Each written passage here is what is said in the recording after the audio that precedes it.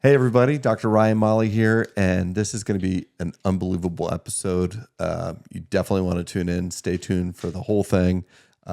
This is somebody that I've wanted to have on for quite some time, and she's such a very warm, charismatic individual, very, very easy to talk to. It's Marsha Marsh. You guys that are here in Erie, Pennsylvania, and Northwest Pennsylvania know her. She's a real estate agent. It's a family business.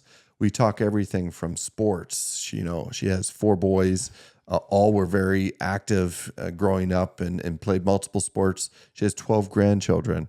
We talk about faith. We talk about just our passions in life and just what makes us tick. So stay tuned. Marsha Marsh coming your way next.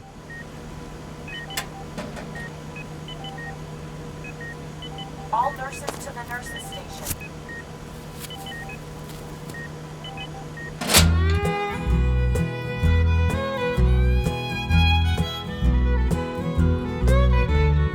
Lawless country people are real close family. Lately some of my kinfolk don't get around too good, you see. When that doctor asked them, son, how'd you get in this condition? They says, hey, soft bones, I'm just carrying on an old family tradition. Wanna know, Doc, why do you think I got some pain in my joints from years of playing hard in this life that's too short? When that doctor asked me, son, how'd you get in this condition? I says, hey, soft bones, I'm just carrying on an old family tradition.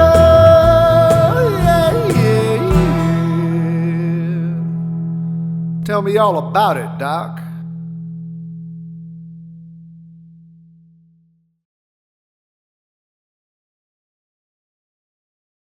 Hey everybody, welcome to Hey Sawbones, My Story, My Passion. I'm your host, Dr. Ryan Molly, orthopedic surgeon, business owner, entrepreneur, cutter of bones, but most importantly, loving husband and father of 3 young and busy boys. And today I have a local legend who knows all about busy boys, as she has multiple boys. She has 4 boys and multiple grandchildren, both boys and girls. One of the most sought after real estate agents in Erie in the local area. Without further ado, Marsha Marsh. Well, thank you, Dr. Molly. I Just don't call know me how Ryan, accomplished please. I am, but I do have wonderful family. I grew up in Franklin, Pennsylvania, moved to Oil City, then moved to Corey, where I spent my whole life until 1991, when we were moved because my husband's job changed. So we had to move to Erie. I had 4 boys. Lucas was a junior. Laban was an 8th grader. Levi was in 6th grade, and Lamech was in 4th. And they were angry. They didn't want to move out of Corey, but we had to. And I didn't work outside the home, so we moved. And What year was this? in 1991. Okay, 91. Okay, and it was not a good time for the boys. Lucas was a junior in high school when we finally sold our house and moved. Yeah. It took us 2.5 years in Corey to sell our house, and got to Erie, and Lucas was playing basketball, had just finished a football season. They were in the finals, state finals or state semifinals, and when he was done, we said we'd leave. And he goes, I got to play basketball. And it's like, Lucas, you'll have to play it in Erie. No, I'm not playing it in Erie. I'm going to live with my grandparents. It's like, no, you're not. You're staying with us. And so we had people call us from Fairview and Mill Creek, and we found a house in Mill Creek. It took us a while. And praise the Lord, it was across from the high school. And that meant the boys could walk across the street to the high school. Lucas was a junior. And Was Pete Flynn the coach then? Pete Flynn was the coach. I love Pete Flynn, and he was wonderful to Lucas. Yeah. And he came from Corey, and Corey had Dick Fox, who was the coach at Gannon. Mm-hmm. And Dick came to our house for 2 years. Do not move Lucas. Do not move Lucas. It's like Dick, we have to go. If we get an opportunity to buy a house, we'll move. Well, we did, and we moved. And so the day that Lucas was trying out for the basketball team was the day he took himself to Mill Creek and signed in by himself. No mom, no dad, just him. Lived with my brother for probably 3 or 4 months till we could close on the house and he could practice. Laban came up too, and then we were off and running. We bought the house on Vista Drive across from the high school, and I worked in a dental office, and then I decided I wanted to do something else. So I quit and got my real estate license, and Lucas was in Geneva College, and then the boy, Laban, was at UConn, University of Connecticut, and the other two were still in high school. And that's the story of my career up to that point. Before that, people always ask me, how'd you get the name Marsha Marsh? And in 4th grade, we moved to Corey, and I was in church and sat in front of a kid, and his name was Greg Marsh. And all the kids said, hey, you should marry Marsha Marsh. And you'd make her, Marsha Hammerly, and you'd make her Marsha Marsh. And Greg, no. And then they said to me, you should marry Greg Marsh. Your name would be Marsha Marsh. Well, we didn't like each other, but we tolerated each other. Then after college, then we dated, and then we got married. And I'm Marsha Marsh. So, good name, don't you think? It's got a ring to it, for sure. It's got a ring to it. So I worked at Caldwell Banker for a while, Prudential, and then we decided to go open our own Marsha Marsh Real Estate Service. Well, I can't wait to get into some of those details. You and I had a chance to speak a little bit about kind of the format, where we do a little bit of a mutual interview. So Sure. I'm going to have, because I want to spend most of the time asking you questions. So we'll start by having you ask me the 6 questions. Start with 3 business, then 3 personal. Okay. I always tell all my guests too that you do get 1 veto. I have yet, I think this is episode like 33 or 34. I've yet to have one person veto one of the questions. So no pressure. Good. Okay. No pressure. Fire away. Okay.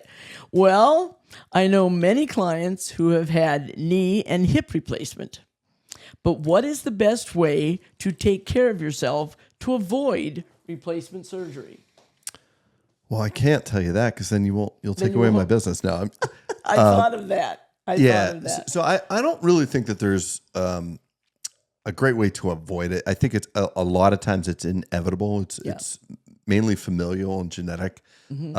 We do see people that have had injuries, like they had maybe an ACL tear or something like that, and they end up developing arthritis down the road. But I think some of the things to help you tolerate existing arthritis, it's like saying you want to drive a car, but you never want the tires to wear out. You never want the brake pads to wear out. Yeah. Well, if you drive the car, things are going to wear out. Right. Same thing. If you have the body, things are going to wear out with time.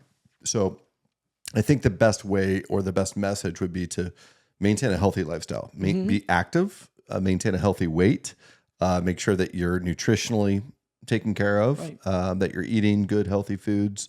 And I truly believe in staying active. Like a lot of people think, oh, you shouldn't be a runner because that's going to beat your joints up. But I have a guy from Meadville. He was the volleyball coach there when I played high school at Maplewood, Tom Hayden. And he came to see me for his knees. Tom has the most beautiful knees on an x-ray that I've ever seen. And he is an avid marathoner. He's actually he's calculated, this is several years ago, so it's probably more than this now, but he was so meticulous with his calculations of his miles that he's run his entire life. He's run over 3 times around the world. That's how many miles he's run. And his knees have 0 arthritis in it whatsoever. So I do think a lot of it is genetics, but Tom lived a very healthy lifestyle, maintained a healthy weight, was always very active. So I think, and if you do have arthritis, maybe running or things like that may aggravate it. So trying to get into something more like cycling or swimming where you aren't pounding on the joints is probably a good, healthy alternative option. Yep. My dad used to say, as he got older, I wish I'd taken better care of myself. I would have, as you get older, you don't think about it when you're young. It's like, hey, I can do anything. Yeah. Then as you get older, it's like, I wish I start to realize your limitations. Yeah, exactly. Okay. What do you like most about your profession? I think easily it's helping people, right? I always wanted to be able to give back. And when I moved, I was in practice in Detroit for about 5 years before moving back home here and setting up base in Meadville. And coming back, even though I was doing the same cases, it was the people that I was doing that on really was a lot more rewarding because it was people that helped to shape me and helped to influence me. I've done my high school French teacher. I've done people from my church, lots of local community members and family friends, things like that. I love working with my hands. I've always been very talented with my hands, artistically, athletically. So it's an opportunity for me to kind of use, I think, the skills that God gave me to use my brain and to solve challenges, but at the same time being able to help people. So it's, my guidance counselor in high school was always like, Ryan, you need to go to art school. And I was like, I don't think I'm going to do that. And I said, I think I want to maybe look into medicine. He's like, I don't think I would do that. And he was trying to discourage me from that. But I truly believe what I do every day is still very much art. There's a lot of science, obviously, but the craftsmanship, the details of working with a hip or a knee replacement, it's and you've seen kind of the basement here, a lot of the woodworking stuff that I've done. It's very similar tools, similar concepts. Well, it's a passion. It is That you have. absolutely, and you use it in the ways that are most important. And I know a lot of people that have had knee and hip replacements because they've worked with us. Yeah. And then I'll say, well, who did your, and then, Dr. Molly. And so it's like, yes, I know Dr. Molly. So, but to watch them in pain and then to see them in no pain yeah, is huge. it is. That's the most gratifying part to me is like Right. when they come back in at usually the 6-week mark and they give you a big hug and they say, Right. I haven't been this active or I haven't felt this good in 5 years. Right. And they're able to play with their grandkids. They're able to go out to dinner with their spouse. They're able to go out and garden. They're able to get active again and go down to the peninsula, go for a walk, things like that. Definitely. Yeah. I agree. Okay. When did you decide orthopedics was your passion? Yeah, it was a bit of, it wasn't a direct route, I would say. I originally was planning to go to chiropractic school. So when I was at Mercyhurst, I was a dual major, sports med, pre-med. I was an athletic training major with a minor in pre-medicine. Fortunately, the classes that I was taking to get into chiropractic school were pre-med classes. So there was a couple that I had to add, like some organic chemistry classes, things like that. But it was late in the ball game. It was my junior year. Was literally on my way to Chicago for my chiropractic school. Not even really interview. It was just like my orientation. And one of my best friends and roommates, Greg Beato, who's a physician now, he's actually the head team physician for Virginia Tech's men's basketball team. Oh, really? Yeah, he's a great guy. He was an athletic trainer with me at Mercyhurst. He's from upstate New York, Rochester, New York. He's still there at VTech? He's at VTech. He did his fellowship there, and he's been there for You need to talk to Laban and Megan because many, their many parents years. went there, and her dad is in the Hall of Fame for VTech oh basketball. yeah.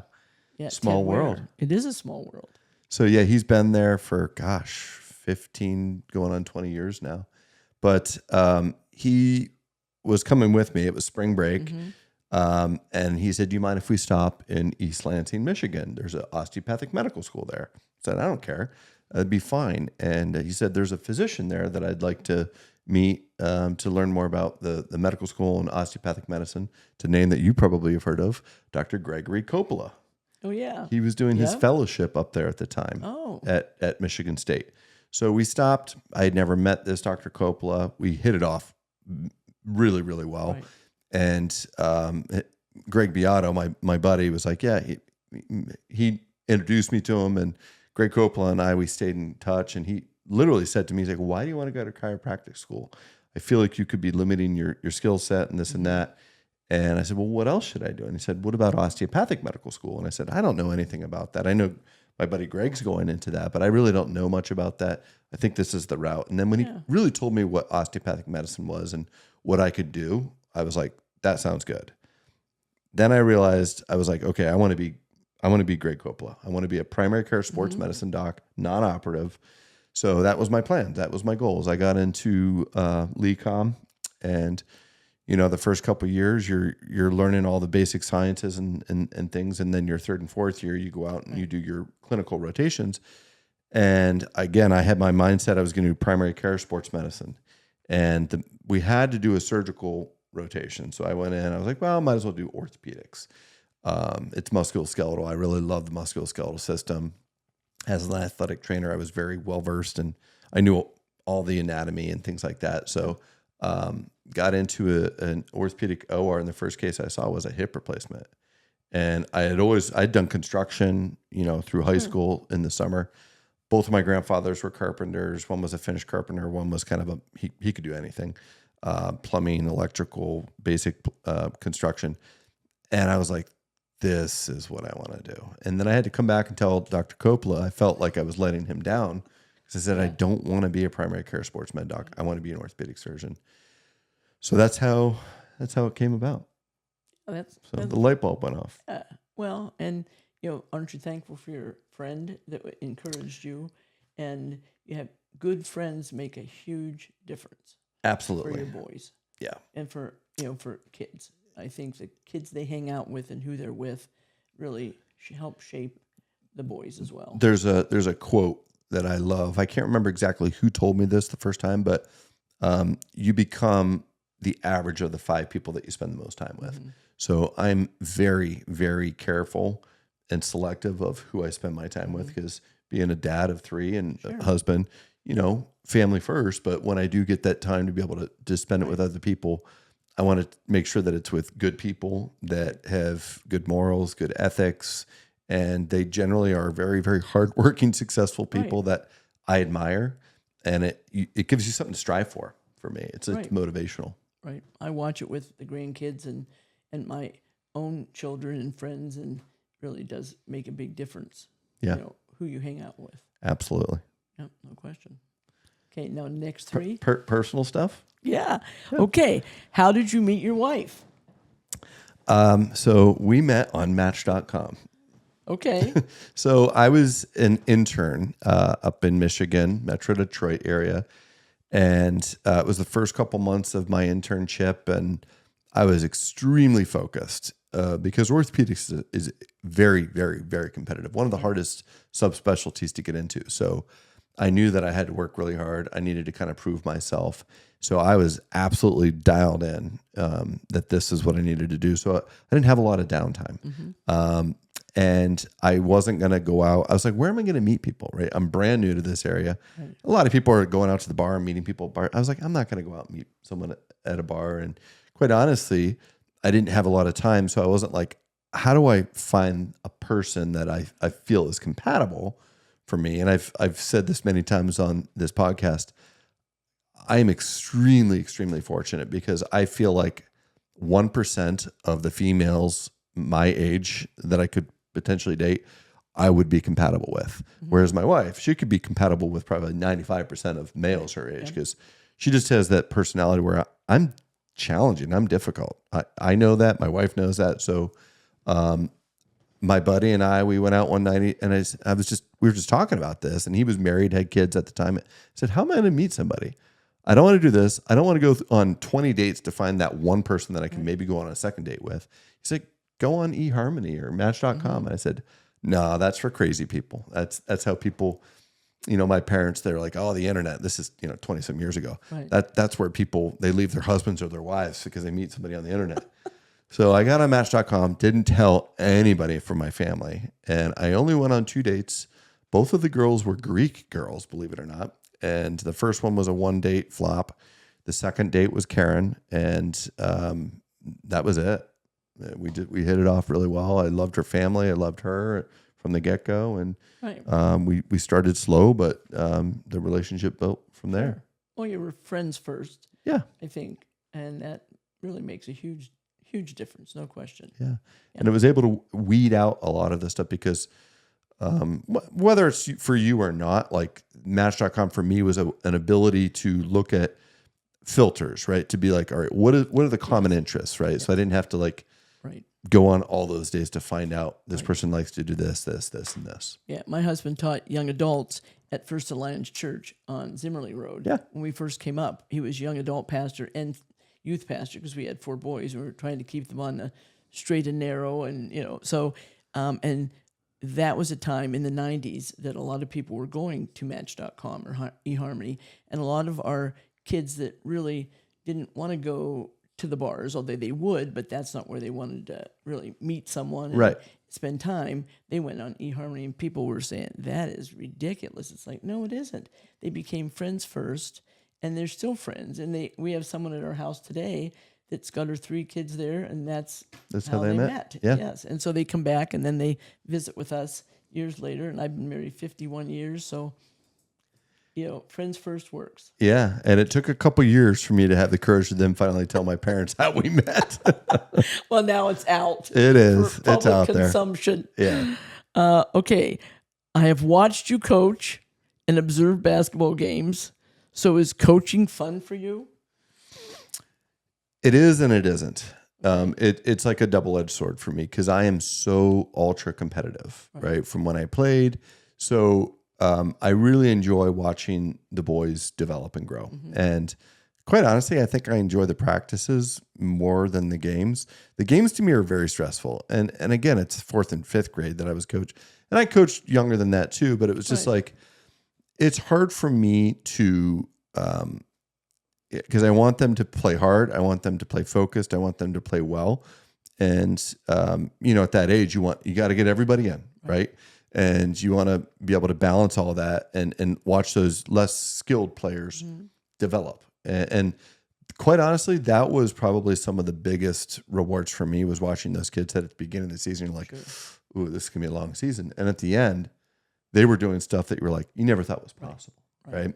And they may never turn into an elite athlete, but just that development. So, I've done some reflection. And I'm just like, I don't like the way that I feel going into the games. And I had Keith Neese on this, and we had this very deep conversation. A lot of it was offline about like why he stopped coaching. And it's like those sleepless nights and the heartache, and you lose sleep about the losses and you forget all the wins. And Bill Hager, when he was on, same thing. He's like, man, you just never forget those losses. It's like me and my day job. I can do 100 joint replacements and 99 go great. 1 doesn't. And that's the one that I focus on. So it's just like, at this point, I think I'm a better father than I am a coach.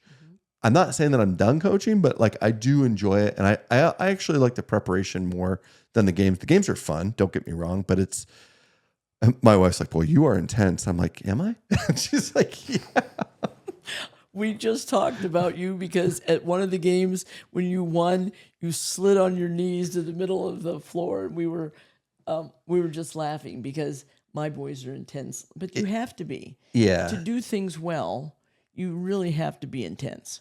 Yeah, Passionate about what you're doing. Passion, I think, is just as much as the intensity is there for sure. But it's just like you feel so good for what those kids accomplish, but at the same time, when you have those heartache losses, it's just like pulls at you. So I can't imagine doing it for a profession because I mean that just like whether it's high school, college, or professional. My gosh, the pressure that goes into coaching, and if you lose, and today's day and age too, it's like you're out, right? There's no more loyalty of you. You've been here. There's a couple organizations. I think the Steelers are an exception to that, but UConn. Yeah, exactly. And I loved Dan Hurley's move. He took a $20 million pay cut to stay. Oh, they love him. They love him there. He's super. Very passionate. Right. I'm not. I was always a Carolina fan, but I'm a Dan Hurley fan. Yeah. I like watching him coach. Really respectful. Yeah. Yeah, he's a great guy. Okay. What is one regret you might have that you did not do growing up? Would you change anything? The first thing that comes to my head is actually where my middle son is right now. He's at Camp Notre Dame, and it wasn't. I said to Tino, you're because he was excited to go but a little nervous. I said, this is the one thing that I wish I would have done when I was a kid. And I always wanted to. My parents never allowed me.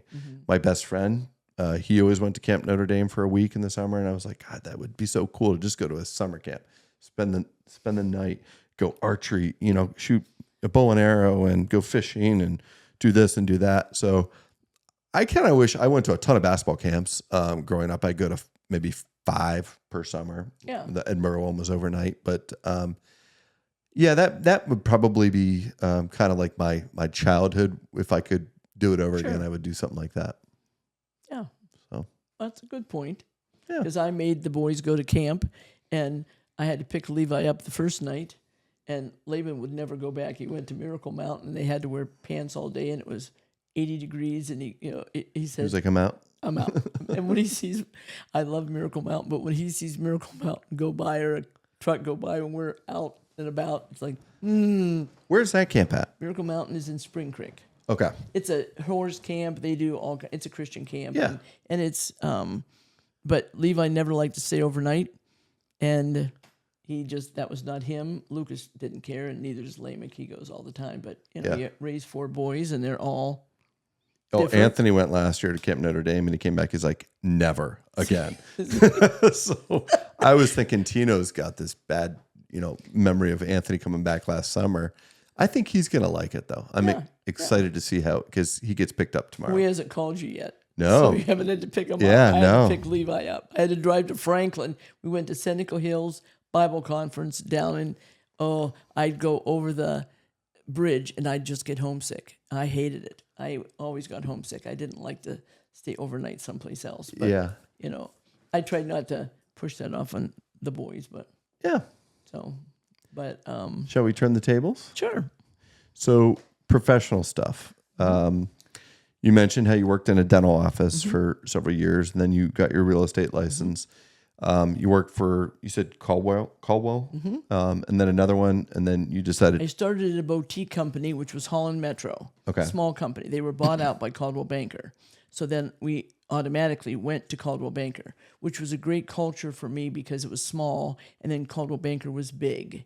And because I was blessed to be a good producer, then our broker would send us to coaching places. Like I went to Hawaii, I went to San Diego. And so I learned a completely different culture for real estate through Caldwell Banker.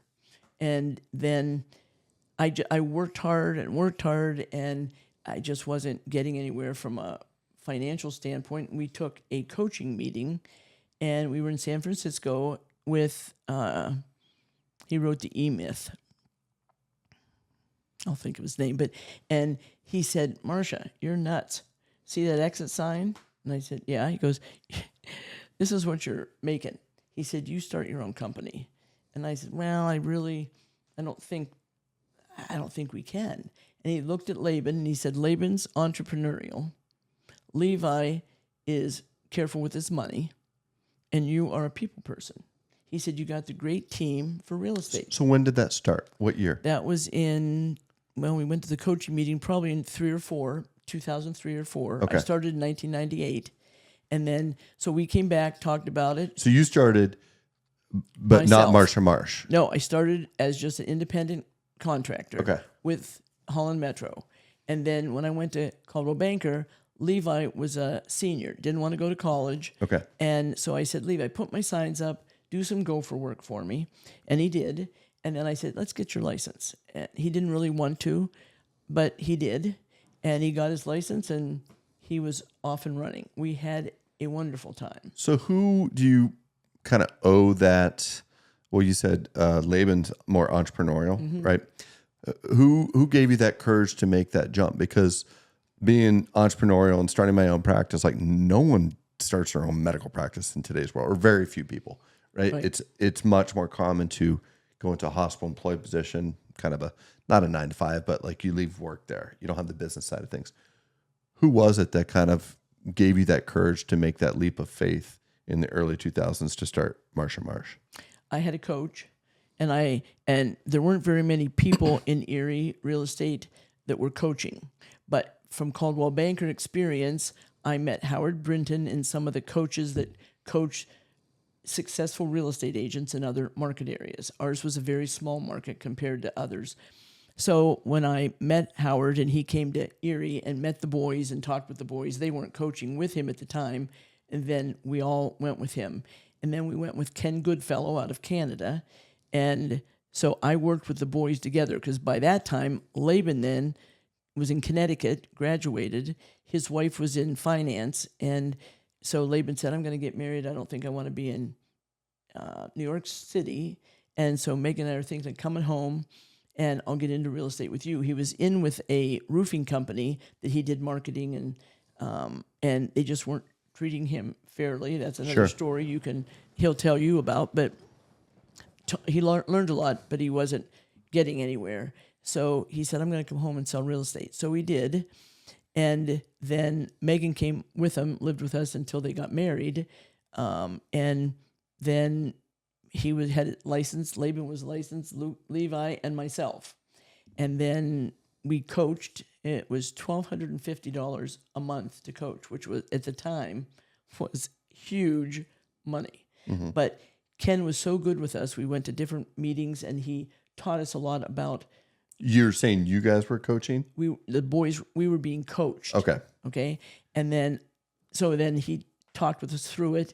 And if we had an issue, and we did, we decided we were going to open our own place. And so he called me and said, Marsha, this is what you have to do. My mom had sold real estate in the 60s, and I watched her cry, and, it was just awful. And she just didn't know how to deal with sales.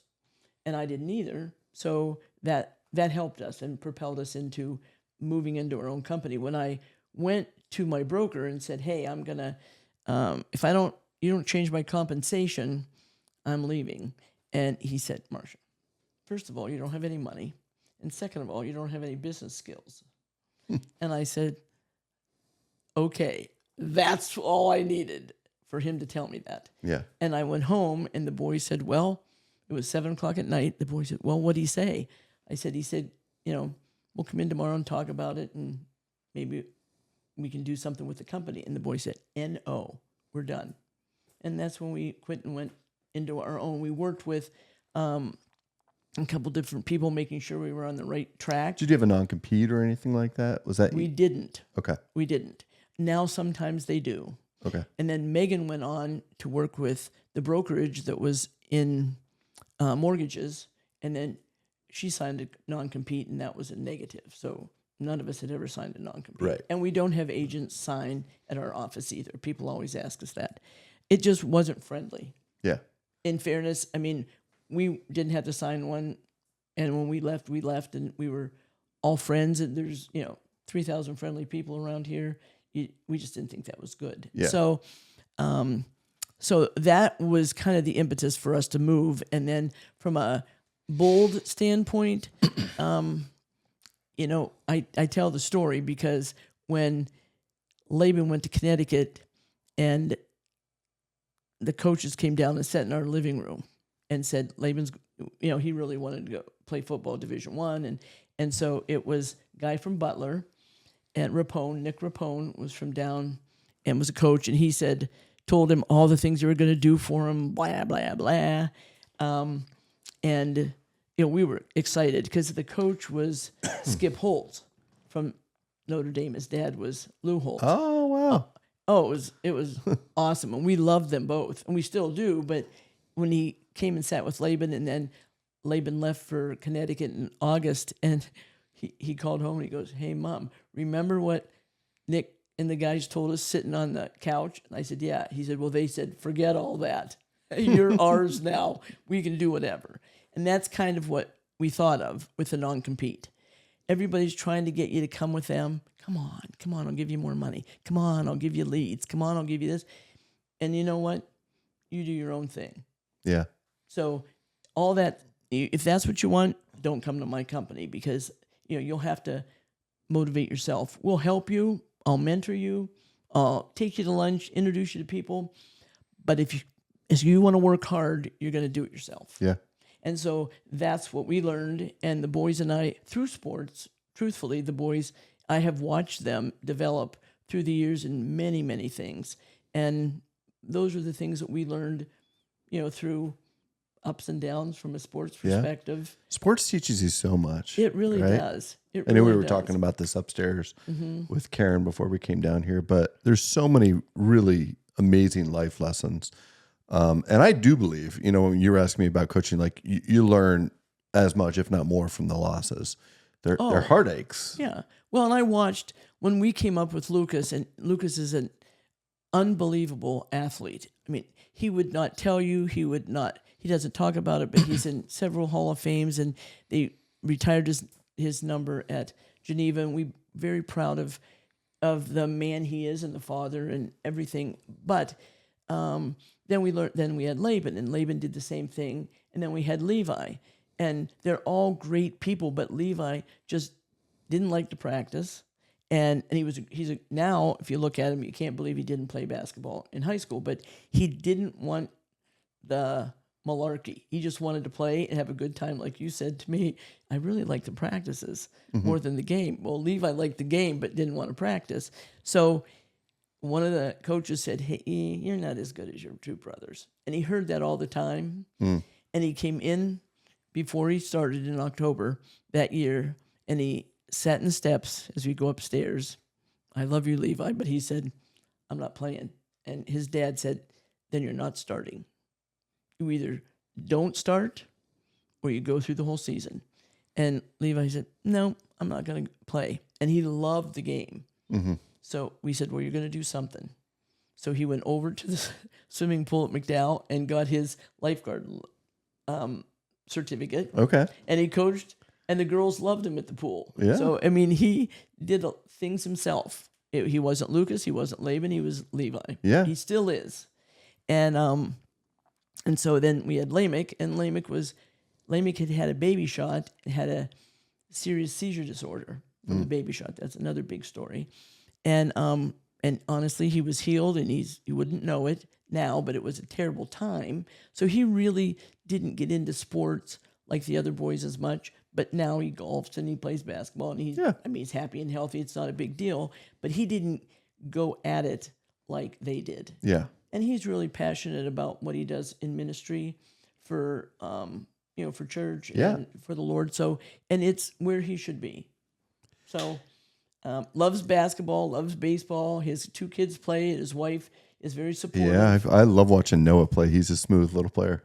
Oh no, and he's very easygoing. Yeah. Even Steven, he doesn't get real jacked up, but he is in his body, but you don't see it outside. Yeah. Yeah, Composed. very cool cat. Yeah. We tell him. But so that's kind of where I came from to start the company. And then since we were Marsh team, then we went right into Marsh real estate. And that's why I tease the boys. But when I'm an owner, but I'm not a broker. The two boys are brokers. So they really are the ones that make the policies and the procedures. But if I disagree, I just say, my name's on the side. And they say, Mother, it does not matter. You are not a broker. But they allow me to think that I run the show. But Yeah. I really do not. That's awesome, though. So you asked me kind of like what my favorite part of my job was. So what is your favorite part of your job? Because you have probably sold thousands of homes to families and have created many, many memories in those homes that you've sold. So what is it for you? Well, when we did coaching, they told us there were two, you're either transactional or you're relational. I'm relational. I love building relationships with people. I'm a straight shooter, so I'm honest and above board, and I cry a lot. So I've been at closings when I put my head in my hands and start crying and have to apologize for being unprofessional. But when they cheat me, I can't stand it. It's hurtful to me. Yeah. And so, and this doesn't happen a lot, but it does happen because people are people and they don't know they're hurting you. And so there have been times when it's been very difficult, but mostly the people that I have met and worked with and the people that send you a note or send you flowers or just see you somewhere or recommend you to someone else. Even for you, when people talk to me and who, I got to get this hip replacer, then, well, talk to Dr. Molly, call me. And my mom was going to have her knee replaced, and then she got sick and she didn't. She was at Westbury. But when you have someone refer you because you've served them well, that's the most important. That to me, when people say like, oh, I'll ask them like, how do you hear about me? They're coming from 3 hours away, Yeah. and they say, you did our neighbor, you did this person. And that to me is the most rewarding, like, referral, Right. is word of mouth. Right. It's like, my parents always told me that too, is like, you take really good care of people, the rest will take care of itself. And if you just do the right thing, put your heart and soul into it, don't focus on the rewards, right? Don't focus Right. on the making money or this, that. Do your job, do it better than anyone else, and take really good care of people, and the rest will fall into place. And I know that you do that. And do you remember driving Karen and I around? Mm-hmm. So I this do. was 2009. I was in my last year of residency. We knew we were going to Columbus for a year for fellowship, and family was so important to me, and as it was to Karen. And we only looked at two different places for practices. We looked at Erie, Pennsylvania, and we looked at Michigan, because we either wanted to be close to my family or hers for grandparents and all that kind of stuff. And I remember getting in your car and driving around. We drove past this house. You drove us past this house, which was built just a year before that, and through this neighborhood. And we ultimately decided to go to Michigan. We were there for 5 years, and fate brought us back here. But you have a great reputation. Your family does as well. And Appreciate that. you guys, you put your heart and your soul into what you do. And the fact that you said you're honest, you're fair,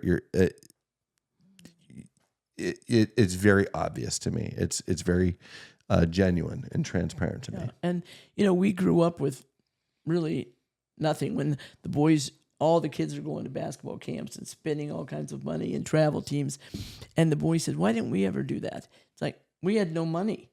I mean, we wouldn't have had, I didn't work outside the home, and Greg was a engineer at Cooper Energy Services, and we didn't have a lot of money. We were happy as clams, but we didn't have a lot of money. And it was fine. We sent Lucas to Edinburgh camp, and then we met Jim McDonald, because he went to our church when we came up here to Erie, and Jim would take Lucas and the boys over to Edinburgh, and he'd teach them to shoot on Sunday afternoon, because we came from Corey to Erie because we hadn't sold our house, and so we developed a very strong friendship with the McDonalds. Yeah. And Lucas loved basketball. Laban loved it, and Levi and Lamech, they all love it. But I think the main thing was, from a family perspective, we just wanted to help each other. And that's what we tell the boys too, the little ones that, grandkids, when they're at my house and I hear them say, well, you suck, or it's like, stop. This is a safe zone. We don't talk to each other like that. We encourage each other. Yeah. And I hope you're better than you, and you get better than you. And so we try to do the same thing in our business with the agents. It's difficult when you work with people, and they have all different kinds of personalities. I just told an agent on my way in when she called me, and she was just angry. And I said, you can't let them see you sweat. You can be so angry, but you can't let them see you sweat. Yeah. You have to just be calm, cool, and collected. Now I come home, and my husband, sometimes he'll say, you're going to go get, Creamland with me? And I said, sure. He goes, leave the phone at home. It's like, I can't leave the phone at home. Marsha, then drive yourself to Creamland. Leave the phone at home. Because I want to answer the phone. I want to talk to people. I want to be a problem solver. Yeah. And I think when people tell me, like you, that, well, my parents live in Michigan, but I really want to come here. It's like, okay, you have 3 children. What are you going to do? No, I didn't do that with you. But when people talk to me, they said, well, I don't really think we want to live by my family. It's like, okay, well, I have 12 grandkids. I help take care of my grandkids. It's part of what we do as a family when they need to run here, there, everywhere. They want to sleep overnight, and we have kids sleeping overnight all the time. I've seen you at so many different games, right? Whether it was MIAA games or the McDowell thing or travel, whatever it may be. So And people say, you don't have a life? It's like, I don't go on vacation. We've been to Aruba. The kids sent us for our 40th anniversary. We've been to Hawaii. We've been lots of places. We've been there, done that. But honestly, the most important thing for us is being at the games and being with them, hugging them, telling them good job. yeah. And that's what encourages them. Now they have girlfriends and they come to our house and they stay at our house and have pizza, and they'll say, you want to go to my grandpa's and grandpa's? That's a privilege. Yeah. These kids are 15, 16. They want to go to their grandparents. That's awesome. I hope when, I have grandkids someday that my kids and grandkids want to come to our house. Well, when we lived on Vista Drive, and we used to always bring the kids in for basketball and football before they played. Laban's team and Lucas's team as a basketball player, we'd feed them at our house. And then as we got more grandchildren, my parents were alive and Greg's parents were still alive, we had Sunday night dinner. And so every Sunday night, my parents and Greg's parents would come from Corey or Findlay Lake. That's where my parents lived. And we'd just have food every Sunday night. We'd all have a good time. Sometimes the boys would play cards or basketball or, ping pong or whatever. And so we moved up to Summit, and we still do the same thing. Every Sunday night, we all come. The whole crew together? And then they bring awesome. friends. Now we have a pool, and so they'll swim in the pool. They play ping pong in the basement. Pretty noisy. They play cards upstairs, and they're, screaming and yelling at each other. But it's a good camaraderie that we've built, as a family. Do we all agree? No. I mean, I've sat at the kitchen table talking about the ways we're doing business or what we're going to do or not going to do. And when we wanted to buy a business out on the east side, nobody wanted to do it, but Laban really wanted it. And so we talked, and Levi yelled at Laban yelled at Lucas yelled at, I was crying, and Greg said, okay, we've discussed this. Now, we're going to pray, and then we're going to discuss and dismiss. And so he prayed, and then we all got up, hugged each other, and we said, we'll move forward with it. And by the, East Side office, Levi wasn't on board as much as the other boys, but he agreed to disagree, but we'd move forward. And we did, and it was a good move. purchase. And we hired a guy that owned the practice, and Bob's still with us, and he wanted to retire. So it helped Bob, it helped us get our name over in the East Side. And Erie Bank had just put their bank over there, and so Donnie Damon and some of the guys talked with Levi and us, and Donnie said, just do it, it's a good move. And then the pandemic hit, and then it slowed down, and then they didn't do the intermodal project in Harbor Creek, and I think that slowed down the market there. And then Wabtec was gonna, so the East Side office for us didn't work. We opened one in Corey, we opened one in Mill Creek, and we have the one we originally opened in Summit. Yeah. So what have been some of the biggest challenges that you've seen since you guys started your own business? I think the mortgage environment has been challenging. Megan is an auditor by trade, Laban's wife. So she came into the business, started worked with the mortgage company at Coldwell Banker, and then was fired. That's another story she tells when she coaches and does things. So, but that, everything that's happened when I quit the dentist office and different things, it all happens for a reason. Absolutely. Without question. So when people come to us through the church and young professionals that we worked with, and they'd be crying about things, it's like, listen, relax, blow out a candle, and just work through it. Because you'll look back and say, that's the best thing that could ever happen. Those blessings in disguise, right? I've been from practice to practice, from Michigan to Meadville, left that practice to ultimately do what you did, start my own, which was a big leap of faith, but I knew in my heart, like it wasn't going to fail because I wasn't going to let it fail. Failure wasn't an option, Right. but that autonomy, that independence that you have, and you're going to have your highs, you're going to have your lows. And another sports thing, I remember as a Detroit Tiger fan, when I was living there, Justin Verlander, pitcher for the Tigers at the time, used to say, I never get too high, I never get too low, right? Just try to be even Steven. So when you're playing really well and you're winning the Cy Young Award one year, or you're losing the World Series the next year, you take it all in stride. Yeah. Right? Yeah, and I think the boys are golfers, and Scotty Scheffler, I think his name is, and you listen to him, and same thing. Yeah. You have to be passionate and intense about things. There's no question. But it has really, basketball, when you talk to Lucas or Laban or Levi, but mostly Laban and Lucas have lived other areas. Levi has only lived in Erie, not a negative.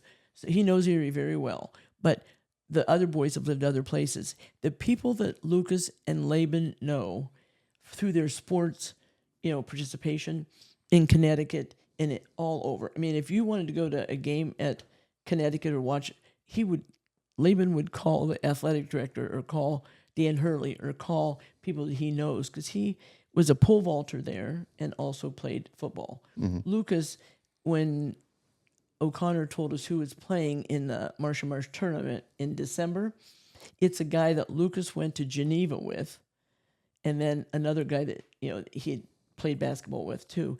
And he was so excited that Pete was coming up to coach the team that's playing against the teams. Yeah. But he would never have known that had he not gone. And everybody said, "Oh, you don't want to go to Geneva. It's just it's just not a big enough school." But Lucas played from his freshman year to his senior year. It was the right school for him. He never missed a game. He started every game. Wow. He got so many accolades, and he did such a great job. My parents and I, in fact, you talked to me about shoes, so I got shoes from him. Don't look. And he said, I kind of took a sneak peek. And he said, "Mother, I'm going to give you these shoes," when he knew I was coming. And I said, "Okay." And we missed 1 or 2 games the whole 4 years. Wow. My dad and I drove in snowstorms from Erie to Geneva to Bethany to wherever. And Luke and Greg did too, but Greg taught young adult Bible study on Wednesday night for the church. So lots of times if it was a game on Wednesday, he couldn't go. So my dad would go, and he was in his 80s. Wow. It was the best time we ever had. Yeah. A lot of time in the car, and you guys probably talked a lot. And my dad was wacky. And Bill Hager knew my dad because he was from Franklin. But they used to have to pull him off the ropes because when they would call a bad call on Lucas, which wasn't very often, but my dad would just erupt. Lose it. He'd lose it. He'd lose it. And people now, when Bill Hall came up to be superintendent, actually to be assistant at McDowell, I was driving around with him. We went through Oak Hill, and he saw a sign that was Marsha Marsh in Lucas's garage. And so he said, "Hey, pull over here." I didn't know who Bill Hall was. And right. So Lucas walked down, and I said, "Lucas, this is Bill Hall." And Bill Hall looked and he goes, "You're Lucas Marsh?"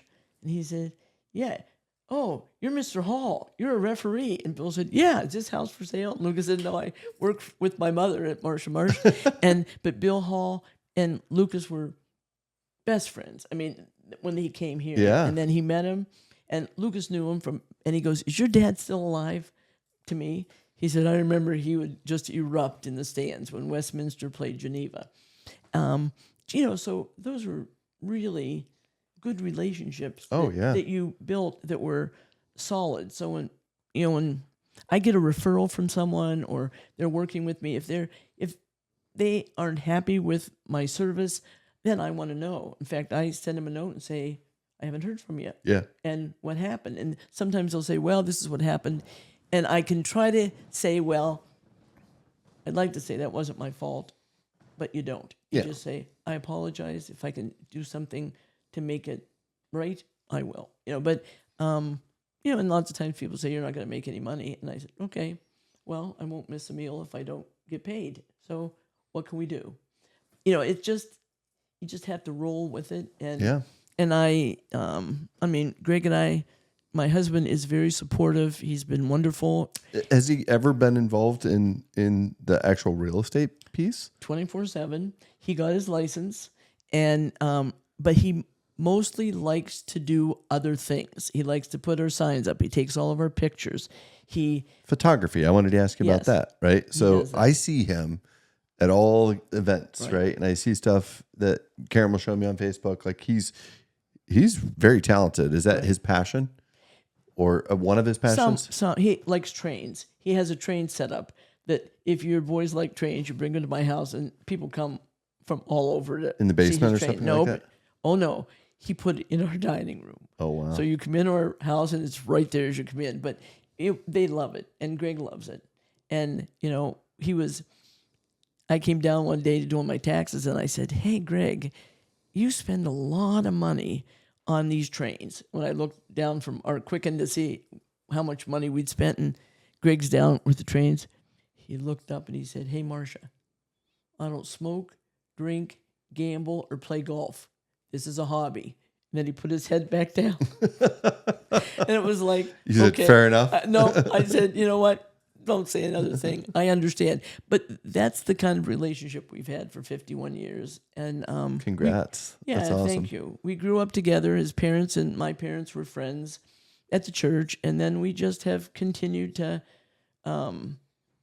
have good times, not bad times. We've had a lot of money. We've had no money. Doesn't matter. We're not taking it with us. So, I saw a thing on Facebook that showed a girl that she had a paintbrush and she was painting like the floor, like cleaning the floor. And it said, my husband said that, if I don't quit spending online, get done with that and quit spending online, he's going to divorce me or something. And she said, okay. And she kept doing it because, I don't care. And Greg, he doesn't care what we do, what we spend, what we don't have, what we do have.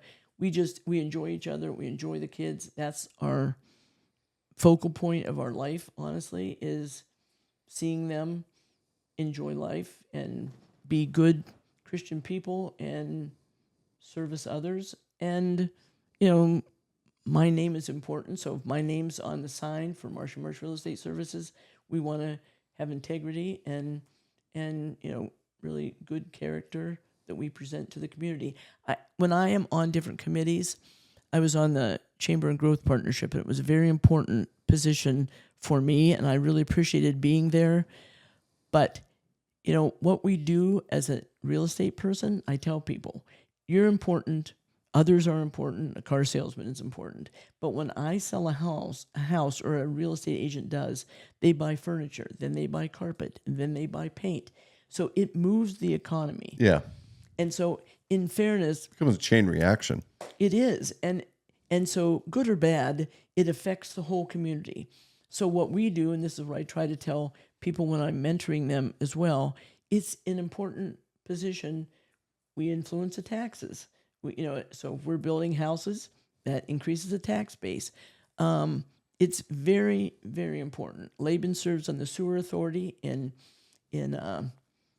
Summit Township.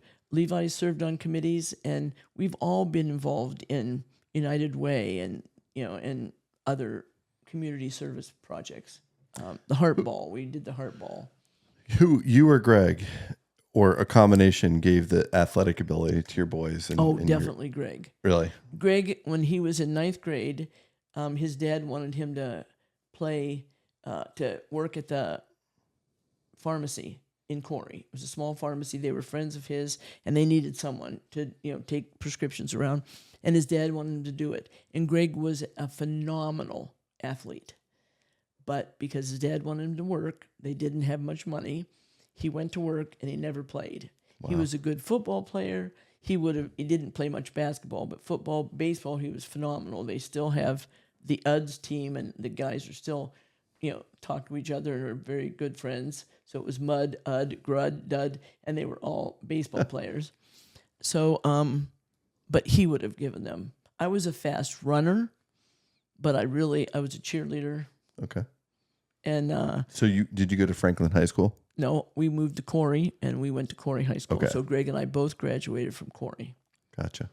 And then all the boys graduated from McDowell. They all moved up. So what is a fun like family tradition for the Marsh family each year? Do you guys do something? I know you talked about your Sunday dinners and things like that, but do you guys do a family vacation each year? Do you guys have a big party each year? Is there anything special that you guys do with everybody, the 4 boys and all the grandkids? No, and that's one thing I would probably like to do, but because we meet every Sunday night and the girls and the guys are always compliant and the kids are always compliant, when there's a holiday, 4th of July, or we don't really, not require, but we don't really expect the kids to be with us because they're with their wives and their families. And they're with you guys on almost every Sunday. Yeah. And so, Christmas, we always have Christmas the 26th. From a vacation perspective, Levi goes with his family. Lucas goes to OBX with his family. Laban we have a timeshare in Aruba. They love to go down there, the kids. We haven't all done a vacation together since Mackenzie was probably a year old, and she's the second grandchild, and she's now 16. We've done it, but I don't see any way that we could ever do it and leave the business, because we are all at the business and we all have a part to play in it. Right. So that would be difficult. And people say, don't you want to go on vacation? It's like, yeah, I go to vacations when I go to ball games. And when I go, that's vacation to me, because lots of times we go over and stay overnight. So with your grandkids, what's your favorite sport to watch? It would be basketball. I loved football when I watched Laban and I watched the kids play, and Landon played and Lucas played, but it's cold, it's rainy, it's, with basketball, it's pretty controlled environment. Warm. They let me take my own chair. I tore my Achilles a couple years ago and had to have had surgery, and he said, well, it'll take a while to heal it. And it's like, as I got older, I'm diabetic. It doesn't heal like it. Sure. I mean, I'm fine, but I don't run after the kids like I used to. I just have to yell at them, take a wooden spoon if I need to. But you know those days. Oh yeah. Yeah. But so we don't do anything specific like that, except for a few times during the year that when my parents owned Finley Lake, and the boys would like to have a place at Finley Lake to go to, because they like to water ski and things that they do it when they go on vacation, but Sure. we don't do it Regularly. My brother now moved up around the corner from us, so when his kids come, we get together and they come to our house. We have a pool, and it's fun. You know? So there's no specific time that we could. Alexis leaves for college in August, and she's our first one to leave, and she graduated this year. She's going to Stevenson for golf. Very nice. That was kind of a struggle where she would go, and I quietly prayed about it because I'm very vocal and opinionated, so I tried to keep my mouth shut, and I did. But and then my youngest, Laban's youngest, Laban has the youngest, and Michaela is 5. She'll be 6 next week, and we went to her graduation for preschool, and we were sitting there at graduation, and I started crying, and Lucas said, "Mother, what are you crying about?" And I said, "When she graduates like Alexis, I'll be almost 90." And Lucas goes, "Don't worry, we'll drive you to the graduation." It's like, that's not it.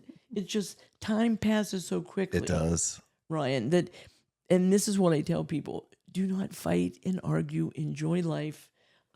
We can all disagree.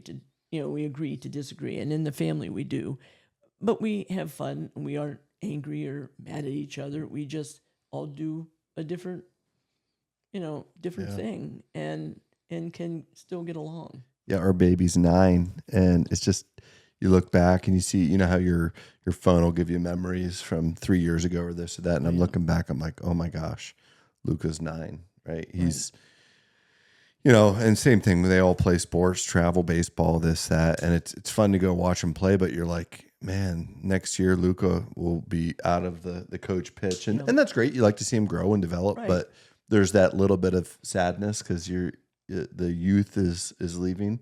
But, and then eventually they're going to be having kids, and I'll be in a position like you where I'm the grandfather going to the games and watching the grandkids. And not that I wish life away, because I don't. I'm enjoying every moment as I can. But and that's one of the reasons that I coach too. It's just like my job is so it consumes so much of me. Yeah. That's an opportunity for me to kind of like spend time with the boys too. Right. So, but when people ask me if when I go, don't I do anything for fun? Well, that is fun for me. And sometimes I'm 72, and so sometimes they'll say, "When are you going to retire?" And it's like, "Well, I'm not." And they'll say, "No, seriously, what is retirement?" Yeah. Because I do what I want to do now, and so if I needed something done, like I have to meet Lucas's people at 6:30 because he's golfing, and he'll say, "Can you meet these people?" And yeah, sure, I'll do it. So I'm still vital. I still need to be active, and I think I'm better than most in the market. Not that I'm better than everybody. It's just that I've been doing this 26 years. So I think I have still more to give. Yeah. So as you and you got to keep going, right? Yeah. As we talked about earlier, you said, how do you prevent hip or knee? I said, I don't know if it's preventing it, but it's just like maintaining what you have. And you see these people, it's so sad. They work their entire life and then they decide to retire and then they die like a year or so later. It's because they had nothing else. So for me, people always ask, like, I'm not going to do what I do my day job forever because it's so it's not possible, but I'll probably always be doing something business-wise. I just enjoy helping people. I love creating things. And well, isn't it fun to meet new doctors that come in with the fresh things that you had too, not that you don't now, but and you can watch them develop and help them because you're helping people, and somebody might not use you, they may use someone else, and that's fine. But I think the most important thing is we just have to keep our attitude clear. I mean, that's one of the things when I get a bad attitude, and Greg will say to me, "Hey, cool your jets. What's with you?" Because I do get a little bit grumpy or frustrated when I don't. I'm not a control freak, but I like to do it my way, and I think if I do it my way, it's the best way, and it is successful that way. Yeah. But it isn't always, Marsha. That's what Greg will say to me. Relax. Let them do whatever, And when I see people fighting, kids fighting and whatever, and the mothers are hovering over them different times, and I'll say, "Do you see blood?" And they say, "No, why?" And I said, "Oh, I didn't let them go till you see blood." And they say, "Well, that's not good." It's like, "Well, I had 4 boys." You need to go talk to Karen right now because you had 4. We have 3, but man, there's still a lot of that bickering. And it's just like, Karen, she's like, "Do other kids fight this much?" I'm like, "Karen, boys will be boys." Right. And, we're not going to let them kill each other. They're going to go at it. They're competitive. And, man, it's every day they're out in the backyard playing and someone comes in and it's like, but I'd rather them be doing that than on their iPads and me too. the electronics. Laban has a scar on the back of his head where in the house in Corey we had, it was Greg's grandfather's house that he never finished, so we did. And he threw a helmet at him. Lucas threw a helmet at him, hit him in the back of the head, and it drew blood, but he was fine. But he still has it where Lucas does he use it like as a no, but and now they just say, "We didn't do those things. You just don't remember." They remember me running from the kitchen to the living room, screaming at them to stop. They just wouldn't stop fighting, and it's like, "Stop fighting!" And then they said, "We saw your face, and we knew," because the minute they looked at me and they saw the face that mothers give, it's "Oh, we got to stop." Yeah, so enough's enough. Enough's enough. So it's just sad that we don't appreciate every day and every moment like we should, and we labor over the foolish things. Yeah. And buying a house, having surgery like you do, buying a house is the biggest asset you have, most expensive purchase you ever make. Mm-hmm. So you do have to be thoughtful in what you're doing. And as an agent, I'm thoughtful. I want to make sure that it's exactly what they want.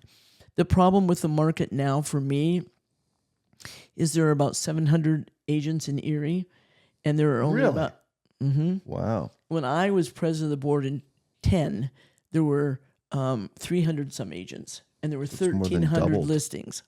And now there are about 200 to 250 listings and 700 agents. And so, Wow. it's very competitive. And when agents come in, they're new. Basically, you have to know people, and they'll say, "Well, can we get leads?" Well, leads are from Zillow or from Realtor.com, and they aren't necessarily a good lead because I want to make sure that before I bring them to your house, they're approved to purchase. I'm just not going to bring them in and say, "Hey, let's look at this house. Can you afford $500,000?" And oh yeah, I can. And then you find out, oh, they can't. Yeah. So there's some due diligence that you need to do beforehand, and you have to be discreet, and you have to be kind, Yeah. because I have people that would really like to buy a $500,000 house, and 3 years ago they could. The interest rate was 2.5. Boy, they could buy it. Well, now they come in. I'm gonna look now. I'm ready to buy. Okay, well, you're gonna look for 300. It's like, why? It's like because it's 7% interest. Different world. Yeah. 7% interest. And Megan's a loan officer. I mean, she owns her own mortgage company. So she helps us develop the mortgages and do things with them financially to help them because she's very, much a bean counter. Right. And not a negative, just that That's what she careful does. with the money. Yeah. And so she's helped us a lot in the mortgage, field as well, so that we understand it. We work with Marquette and the others as well, but you have to understand that. So Work with John Dill. Right? Oh, yeah. I love John. Oh, I love John. John In fact, and- I was on the Federal Reserve Banking Board with John, and every time a question would come up about mortgages, I'd say John Dill, and a couple of guys said to me, "Is he paying you to say this about Marquette?" Yeah. It's All like- my business is yeah. done through Marquette. Yeah. They're Oh, yeah. great Yeah. people there. And honestly, they're a community bank. They are. And so they really want the community to move forward. And when the other banks aren't, and they are, and I've been with PNC since I was in 9th grade. I have a 45-year. I've just texted somebody the other day who just got a job at PNC. I said, I'm a proud owner or a proud member of PNC since the day I was born. 45 years I've had a PNC account. Yeah, yeah. So, Yep. yeah, I don't put all my eggs in one basket. No, My I don't personal stuff either. is PNC. My business is all through Marquette. And Right. so one of the little sessions you've got in your bag here, Mm-hmm. we do the Sawbones 7th inning Sawbones shoe stretch. So Okay. I'm a huge shoe guy. Have a massive Jordan shoe collection. What do you have for us? Okay. Well, when I told the boys I was coming, and they said, "Oh, he does a shoe segment." And I said, "Yes, I know." And so Lucas has a very expensive pair of shoes, I guess. I don't know. Landon buys them, and the boys all buy them and sell them. And I didn't know that was a thing, Yeah. but it's very much a thing. And so Lucas said, "Mother, let me think about it, and I'll let you know." So then he said, "Here you go.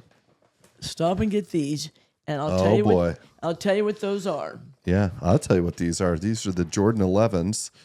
And who wore, so did Lucas wear these? Lucas wore these when he scored his 1,000th point at Geneva. Wow. And it was the only game Greg and I did not attend Are you serious? because Laban was in the finals, the state, not finals, but the before finals. And so we went to his football game Oh. and missed Lucas's basketball game. And those were the shoes. Did you that he know, wore. you knew that he was probably going to score 1,000 that game too, didn't you? You know, probably could, but you've got three Yeah. boys. You got to do what you got to do, and I always felt bad that we missed it. But then we saw it Yeah. in high school. We saw it, and when they retired his jersey, we were there. But my mom, who was in her 90s, was there. So I have these. They're much newer version, but Yeah. the same Jordan 11s. These are the originals here, though. These are awesome. they are. And he scored 1,000 at McDowell too, didn't he? Yes, And he went there as a junior. he did. So he scored 1,000 points in 2 years. And so I'm praying that Landon will, because he scored 100 points on varsity this year. And so I'm just I saw him at a couple games. He's a smooth. He's got that lefty. Lucas is Landon is Lucas personified. You know. Who is Landon Lucas' son? Yes. Okay. Yes. Yes. And he got the lefty thing from, because I remember watching Lucas way back Yep. in the day. Yep. Yep. And so he played when Fee came up. Levi was working with Fee. With Jordan? With Jordan. Yeah. And so they came up and he bought across the street from us. And so when Lucas was there, and now Levi, he knew Levi was Lucas's brother. We talked a bit, and they came over. And Don Fee, who coached at Grove City. I know Don very. He coached at Maplewood. Yeah, he was Bill's that's right. He assistant did. at Maplewood. That's right. And so he coached there. He came over. He was so excited to see Lucas because he hadn't seen him for a while. Yeah. And he came over and visited with us, and we wanted him to stay. You know, Jordan. Jordan. Yeah. I mean, I knew once he started, I knew he'd never stay very long. I thought he had 2 or 3 years in him. Yeah, yeah, I honestly thought that he would be there another couple years. And you know, I'm a Mercyhurst guy, and I went to I think 11 or 12 Gannon games this year, just because I knew Jordan when he was this tall. Oh yeah. Because Don was the assistant at Maplewood. Bill was the head coach, and after the games, we would all go to Bill's house, which was right there by the high school. Oh yeah. So we drive around the corner, and it was on the way to our house, my parents' house, and we go there, and my best friend Nathan, Bill Hager's oldest son, and Jordan Fee was there, little Jordan. Yep. He had a little blonde bowl cut, I remember. And then when he came to Gannon, I was like, this is going to be interesting. And I had been reading about the system, the style of basketball that he was going to run. And man, it was a fun style to watch last year. Yeah, and you know when he talked with us, of course, the boys always say, "Mother, don't talk too much." But he would talk with us about it, and I had worked with the Gannon.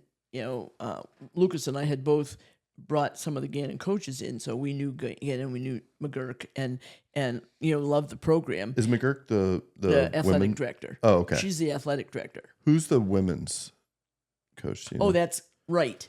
Cleve Wright. Yeah, Cleve. And Cleve lives across the street from Levi. Okay. So he watches the boys play basketball, and you know, Jordan would come, and he'd come over and play with the boys lots of times and talk them through stuff. He wasn't there very much because he was playing, but his dad would come over and watch and talk with us. Yeah. And, you know, it was that was Jordan. Jordan loved this. And so we'd be out all night. Greg painted a big, you know, hoop on our garage, our floor in our driveway. People said, "What are you doing?" He goes, "I'm putting a 3-point line on our driveway." Yeah. And Don would come over and say, "Good job." You know, and we just had a good time. Yeah. And Jordan was great with the boys. If he'd see him doing something, he'd tell him to do, you know, what to do to help him. He just was really, and Cleve is the same way with Levi, with the kids down below. You know, when they're at Oak Hill, Cleve he comes out and talks to the boys. Sure. And Levi really, you know, really enjoys Cleve too.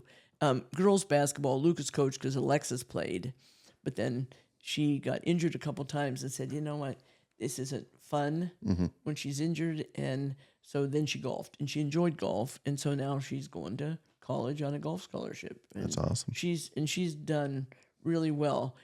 Lucas will be great. Laban just took Mackenzie to pole vault track camp at Penn State.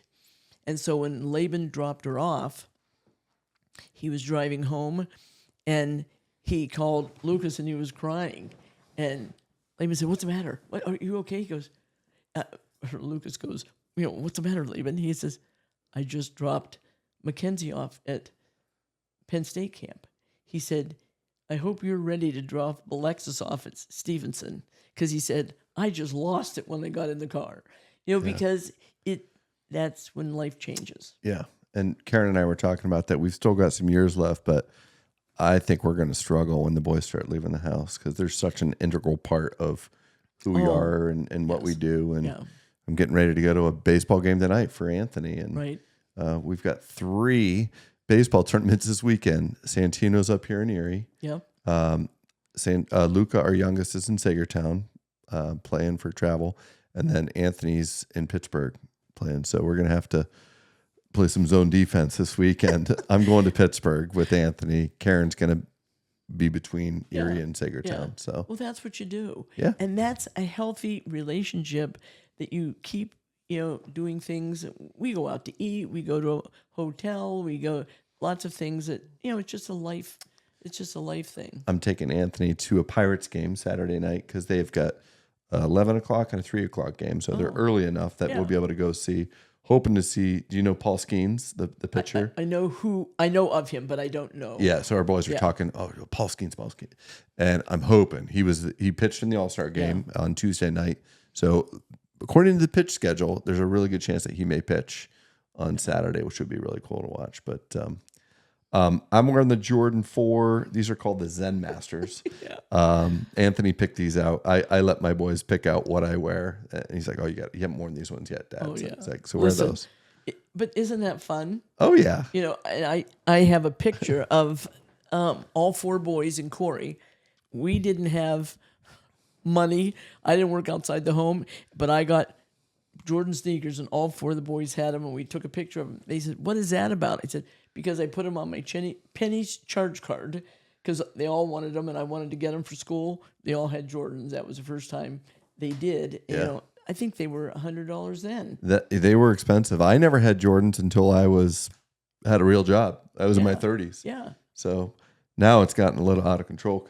Well, I hear the boys talk about them. It's like, why are you spending $400 on shoes? You won't wear them very long. Oh, we'll sell them.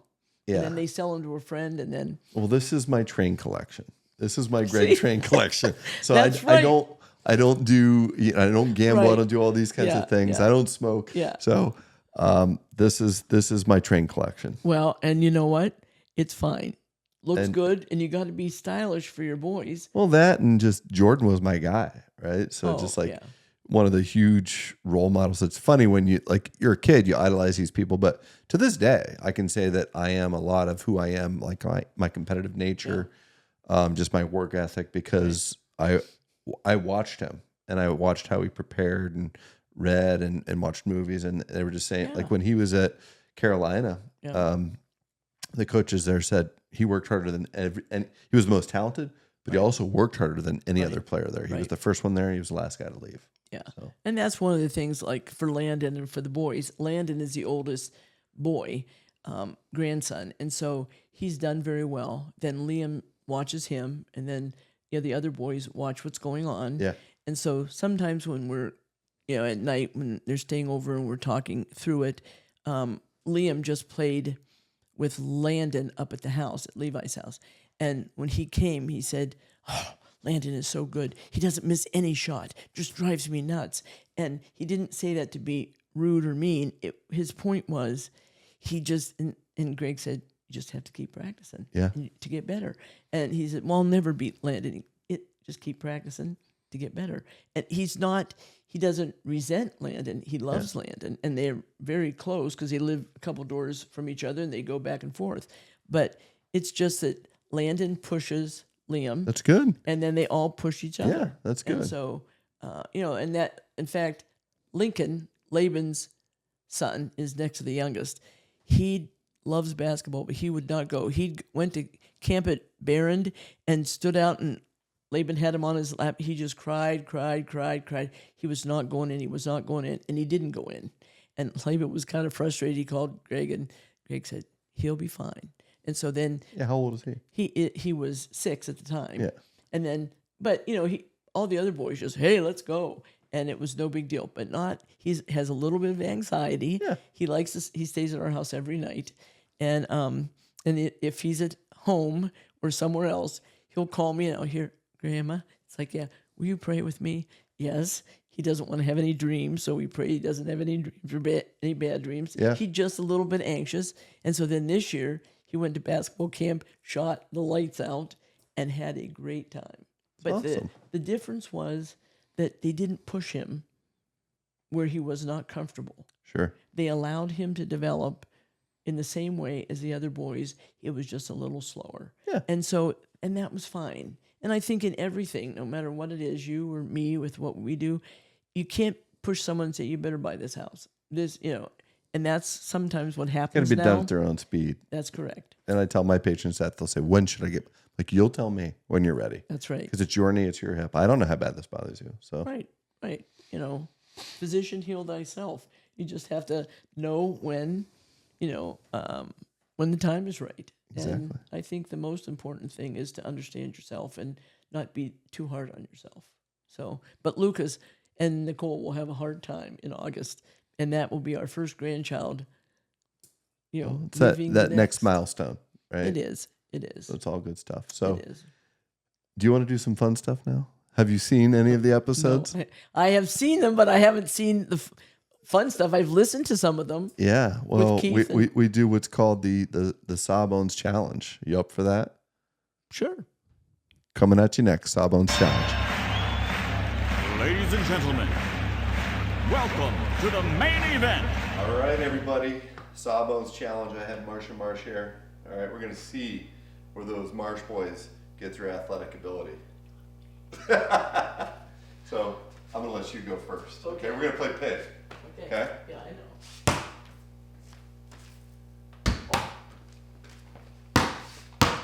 So where did the left-handedness come from in the Marsh household? We do not know.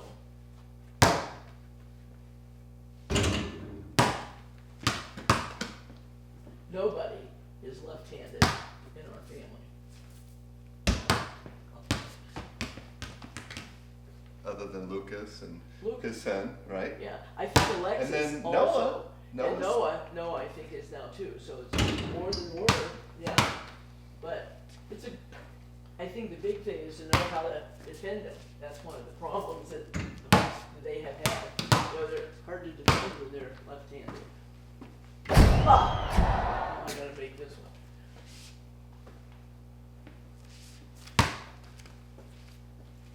So you know your grandkids are rooting for you right Yes, now, right? I'm sure. I don't play basketball in the basement. I serve food. What's your favorite meal to cook for the family? That's a good Do you question. have like a recipe that is like a Marsha No, Marsh special? They like Parmesan chicken and they like spaghetti, but I usually make the spaghetti at Valerio's. I don't make my own. I see a boy creeping around the corner. There he is. Hey, how are you? This is our youngest. This is Luca. Can you introduce Luca, yourself? how are you? I'm Marsha Marsh. Nice to Now, meet what you. grade are you in? Fourth. He's Oh no. going are into you fourth. Where do you go to school? Asbury. Oh, then you know the twins. You know Lawton and Layton. Oh dear. Yes. I went. You gotta come over here. I just made this. You weren't paying attention. Oh, were okay. you? Well, I wasn't. I was talking. All right, it's PI.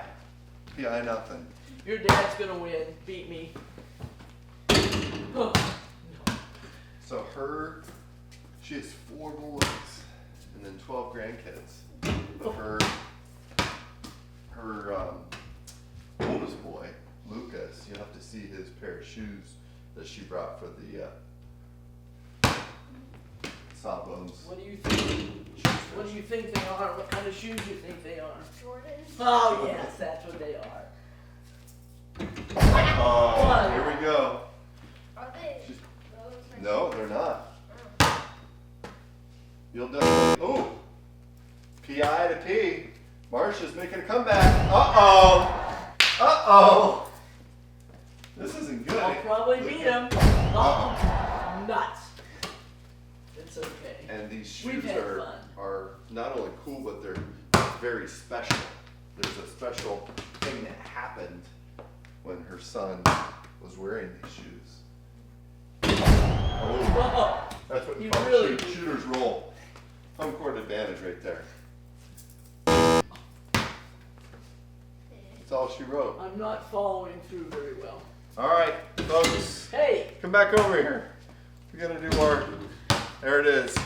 P to PIG, or P to PIG. So, Marsha Marsh, thank you so much. Okay, so we're back from the Sawbones Challenge, and Marsha, I just want to thank you for taking the time out of your busy schedule to come over here.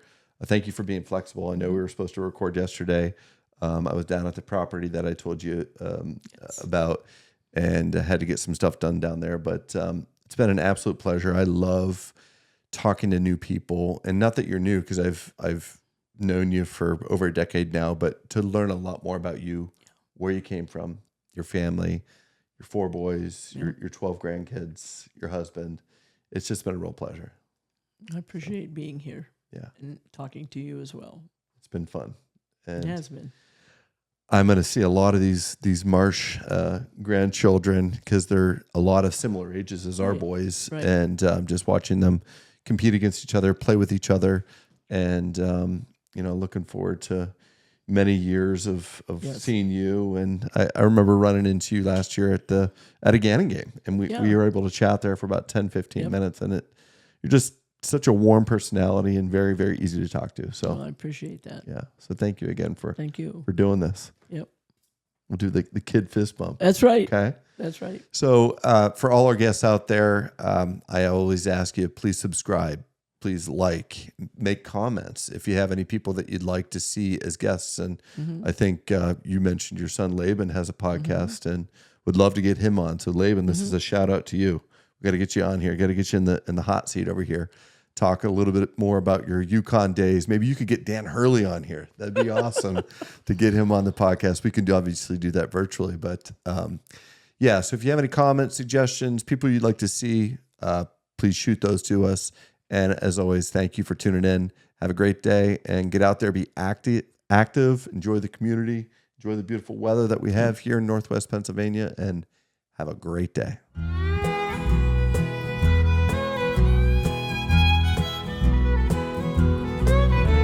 Well, I have loved some fishing in the outdoors where I'm free. It's where I spent my time before I hurt my hip and my knee.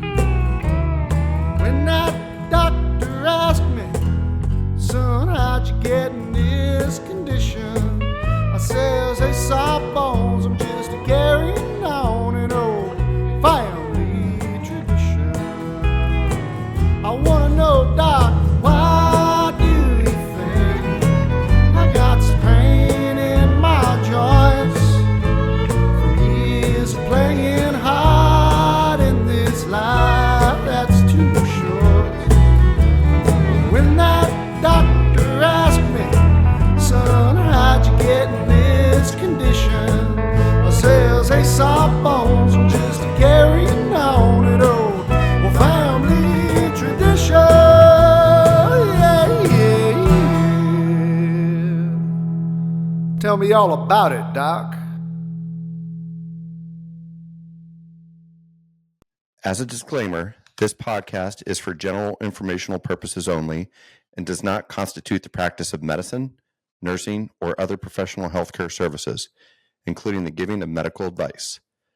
No doctor-patient relationship is formed. The use of this information and the materials linked to this podcast is at the user's own risk. The content on this podcast is not intended to be a substitute for professional medical advice, diagnosis, or treatment. Users should not disregard or delay in obtaining medical advice from any medical condition they have, and they should seek the assistance of their healthcare professional from any such conditions.